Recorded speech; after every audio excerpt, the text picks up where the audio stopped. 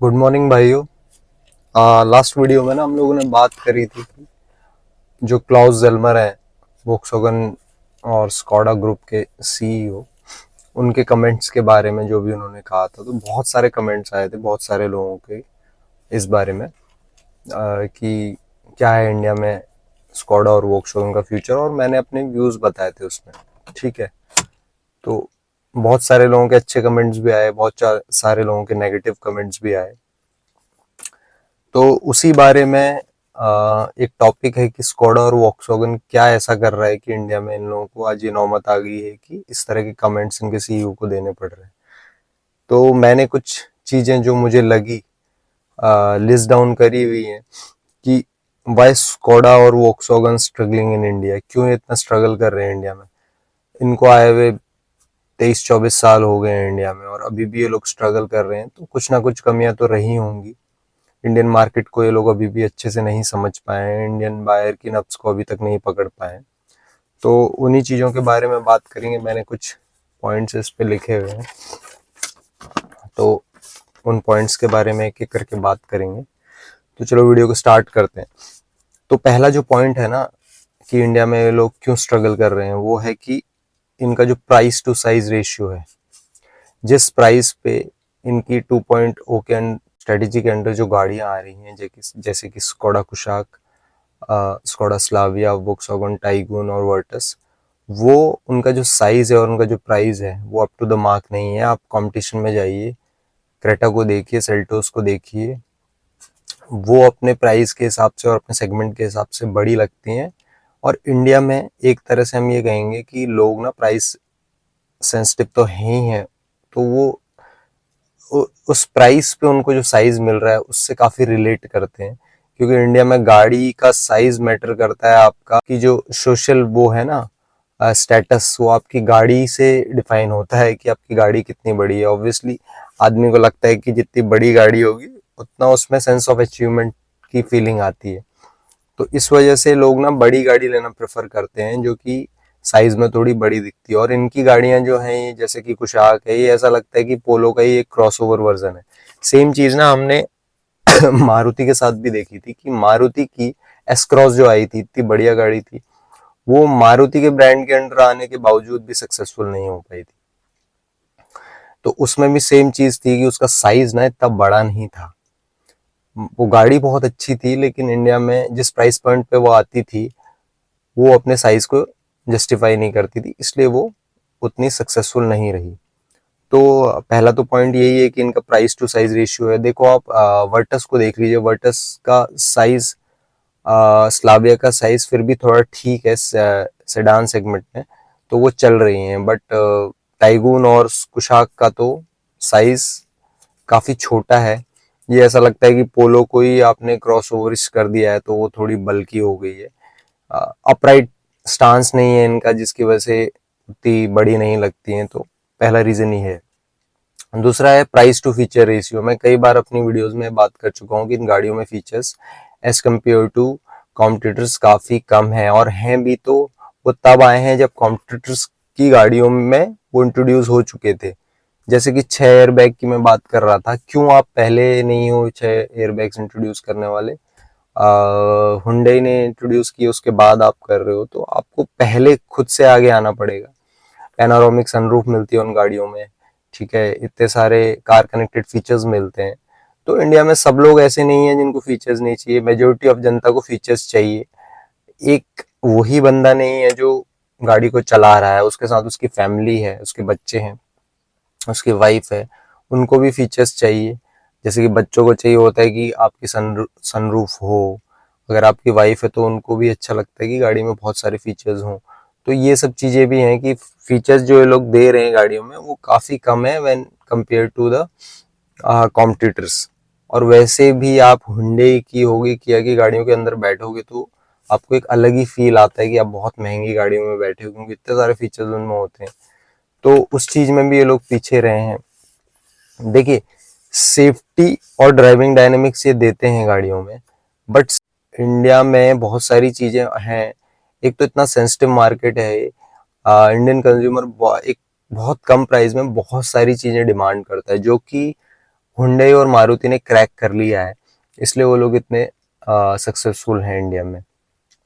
दूसरा, driving dynamics की बात करो तो ड्राइविंग डायनेमिक्स जो चलाने वाला बंदा है वो ही देखेगा ना, और एंथुजियास्ट जो लोग हैं वो काफी कम है, मेजोरिटी नहीं है। आप तो एंथुजियास्ट को ही कैटर नहीं कर रहे हो ना, तो आपको बाकी इस तरह से सोचना पड़ेगा कि अगर हम एक फैमिली मास मार्केट की गाड़ी बना रहे हैं तो हम एक ओवरऑल फैमिली के बारे में सोचें, फैमिली के हर मेंबर के बारे में सोचें कि उसे क्या चाहिए होगा, फिर वो हम फीचर उस गाड़ी में देने की कोशिश करें कम से कम प्राइस पे।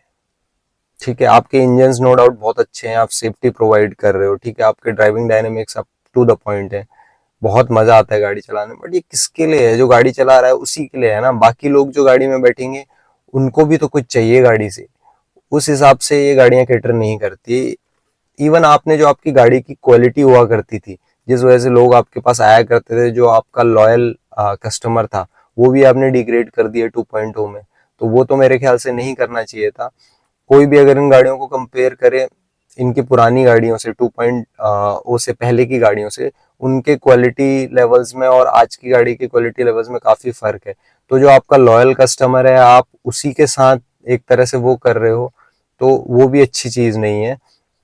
आपके जो क्वालिटी स्टैंडर्ड्स थे, लाइक पहले इन गाड़ियों में ना वन टच आया करता था, ये window one touch up down आया करता था, अभी चारों विंडोज के लिए आया करता था, बट इन्होंने घटा के इसको सिर्फ फ्रंट में कर दिया है। बाकी हर जगह आपको फुली मतलब आपको दबा के रखना पड़ता है इनको, तब जाके पूरे अप या डाउन होते हैं।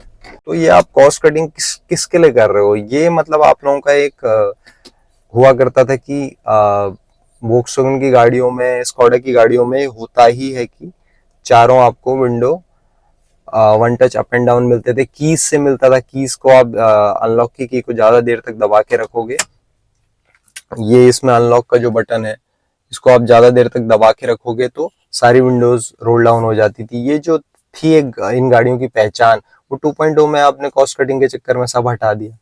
ठीक है, उसके बाद है आपका lack of diesel as a fuel choice. आपने डीजल हटा दिए। आप देखिए, हुंडई हो गई, टाटा हो गई, मारुति का तो चलिए डीजल नहीं है तो उन्होंने हाइब्रिड और सीएनजी इंट्रोड्यूस किया है। आपके पास क्या है? आपके पास पेट्रोल के अलावा कोई और ऑप्शन है ही नहीं। वो लोग अपनी गाड़ियों में इतनी वेराइटी देते हैं, चाहे आप टाटा को देख लीजिए, चाहे हुंडई को देख लीजिए, अपनी गाड़ी में पेट्रोल भी होगा उनके पास, डीजल भी होगा उनके पास। तो जो ऑप्शंस वो देते हैं ना, ऑटोमेटिक में डीसीटी भी होगा, एएमटी भी होगा, 1.5 नेचुरली एस्पिरेटेड भी होगा, 1.5 टर्बो भी होगा। तो 36 तरह के ऑप्शंस वो कस्टमर के पास रख देते हैं ताकि कोई भी कस्टमर वापस ना जा सके अगर वो शोरूम में आया है तो। देखिए, जैसे ही शोरूम में कस्टमर आएगा, गाड़ी के अंदर बैठेगा, एक फील गुड फैक्टर तो उसको आ ही जाता है। उसके पास इतने सारे ऑप्शंस हो जाते हैं। उसके पास 1.5 नेचुरली एस्पिरेटेड, 1.5 टर्बो, उसके ऊपर ऑटोमेटिक, मैनुअल ऑटोमेटिक में भी एएमटी भी दे रहे हैं, आपका डीसीटी भी दे रहे हैं। तो इस तरह के ऑप्शंस आप खोलोगे, बहुत लिमिटेड ऑप्शंस जब तक रखोगे तब तक आपकी गाड़ियां नहीं बिकने वाली हैं। किसी और की रिक्वायरमेंट कुछ होंगी, किसी की रिक्वायरमेंट कुछ होंगी, उसको अल्टीमेटली शिफ्ट होना ही पड़ेगा दूसरे ब्रांड्स पे। तो इसीलिए जो ऑप्शंस है ना आपके, बहुत ज्यादा होने चाहिए। पर्टिकुलरली जैसे अब मैं फ्यूल के बारे में बात करूं तो आपके पास पेट्रोल के अलावा कोई और ऑप्शन है ही नहीं, तो फिर आपकी गाड़ियां कहाँ से बिकेंगी? डीजल अभी भी, डीजल बैन 10 साल की उसकी वैलिडिटी हो गई है और धीरे धीरे खत्म भी होगा, बट मुझे नहीं लगता अभी भी आने वाले 10-15 सालों में डीजल कहीं जाने वाला है। और डीजल लवर्स बहुत सारे हैं, आपको ऑप्शन खोल के रखना चाहिए था। वोक्सवैगन स्कोडा के diesel engines are one of the best in the industry. उनको चलाने वाले, जिनके पास पुरानी गाड़ियां, पुरानी डीजल की गाड़ियां हैं, इनकी रैपिड है हो गई और आपकी वेंटो हो गई, वो लोग अभी भी मतलब उसको बहुत प्रेज करते हैं। तो डीजल मेरे ख्याल में होना चाहिए था। और आप लोगों ने सिर्फ पेट्रोल ही पेट्रोल रखा है, तो वो कहीं ना कहीं आपके रीच को लिमिट करता है। तो ये एक तीसरा पॉइंट था जो आपको स्ट्रगल करवा रहा है इंडिया में। ठीक है, फिर चौथा पॉइंट है जो इनका प्राइस का परसेप्शन है ना, कि हाई प्राइस परसेप्शन, वो है कि गाड़ियां गाड़ियों का जो कॉस्ट है वो बहुत महंगा है। इनको इंडिया में ऐसा समझा जाता है कि ये बहुत प्रीमियम ब्रांड्स हैं भी, लेकिन 2.0 के अंदर इन लोगों ने जो लोकलाइजेशन सोचा है गाड़ियों का ना, कि ये लोग लोकलाइज करेंगे गाड़ियों को, और मतलब एक तरह से गाड़ियों की कॉस्ट को कम करेंगे। तो इन लोगों को उस तरह से ना अपनी मार्केटिंग भी करनी चाहिए थी, ताकि लोगों तक रीच बढ़े और लोग समझें कि हाँ, कहीं ना कहीं ये अफोर्डेबिलिटी की तरफ आ रहे हैं और हम इन ब्रांड्स को अफोर्डेबल कर सकते हैं। तो जो परसेप्शन है इनके प्रीमियम ब्रांड होने का, वो भी कहीं इनकी सेल्स पे ना इफेक्ट करता है, और सेल्स पे डेंट मारता है कि भाई इनकी गाड़ियों की सेल्स उतनी नहीं हो पाती है। फिर दूसरा मैंने आपको बता ही दिया था, प्रोडक्ट पोर्टफोलियो। कोई भी इनके पोर्टफोलियो में 3-4 गाड़ियां ही हैं, बस 3-4 भी कहाँ, आप समझ लो ना, जैसे स्कोडा में 2 ही हैं, स्लाविया और ये कुशाक। बाकी फिर जो गाड़ियां आती हैं इनकी 50-55 लाख की सुपर्ब और कोडियक 40-45 लाख की, वो फिर एक लीग से हटके वो मास मार्केट के लिए नहीं है वो गाड़ियां। तो आपके पोर्टफोलियो में मास मार्केट के लिए बस 2 ही गाड़ियां हैं, वो भी 12, 10, 10.5, 11 लाख से शुरू होती हैं। तो आपको 10 लाख से नीचे भी कोई ना कोई प्रोडक्ट इंट्रोड्यूस करना पड़ेगा। स्कोडा तो चलो कर रहा है, और होपफुली इन फ्यूचर वोक्सवैगन भी करे। पहले पोलो हुआ करता था, वो नहीं है।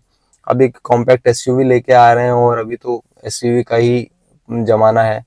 तो देखिए क्या रहता है। मेरे ख्याल से तो वो काफी सेल्स इंप्रूव करने में इनकी हेल्प करेगा।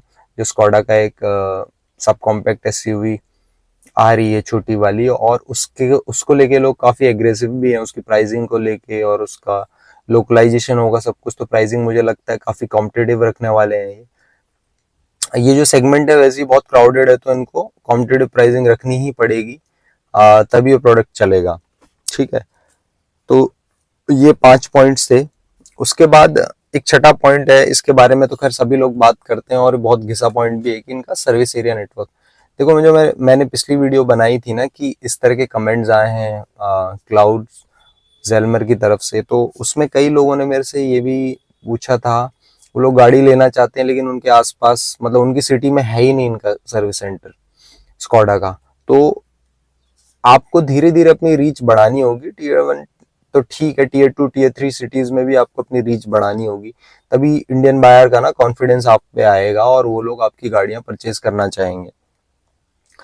तो हो ना हो, कहीं ना कहीं इनकी रीच तो कम है ही। मैं हल्द्वानी से बिलोंग करता हूँ, अभी मैं वैसे वडोदरा में हूँ। यहाँ तो खैर बड़ी सिटी है वडोदरा, तो यहाँ तो इनका शोरूम है ही, सर्विस सेंटर भी है ही। बट हल्द्वानी में भी इनका सर्विस सेंटर नहीं था, पहले हुआ करता था, काफी पहले, 5-6 साल पहले इनका शोरूम। सर्विस भी मेरे ख्याल में हुआ करती होगी तब, मुझे उतना आइडिया नहीं है। बट अभी वहां पे नया नया खुला है, 1-2 साल ही हो रहे हैं स्कॉडा का। एक बड़ा सा शोरूम खुला है और सर्विस सेंटर है, बट सर्विस सेंटर भी बहुत बड़े स्केल पे नहीं है इनका वहाँ। तो हल्द्वानी तो चलिए बहुत बड़ी सिटी है तो है, वहाँ छोटी छोटी सिटीज में भी इनके नहीं मिलते हैं। तो अपनी रीच को इनको बढ़ाना होगा, अगर इंडिया को इतना सीरियसली लेते हैं। इंडिया में इनका मैन्युफैक्चरिंग हो रही है, वही प्रोडक्ट इनका बाहर जा रहा है एक्सपोर्ट होके। तो इंडिया में इनको सर्विस नेटवर्क अपना बढ़ाना पड़ेगा, तभी ना इंडियन कंज्यूमर का इनके ऊपर कॉन्फिडेंस आएगा। तो ये जो 6 चीजें थी, मेरे को लगता है कि ये हैं जिनकी वजह से वोक्सवैगन और स्कोडा, वोक्सवैगन ग्रुप ही ओवरऑल इंडिया में इतना स्ट्रगल कर रहा है।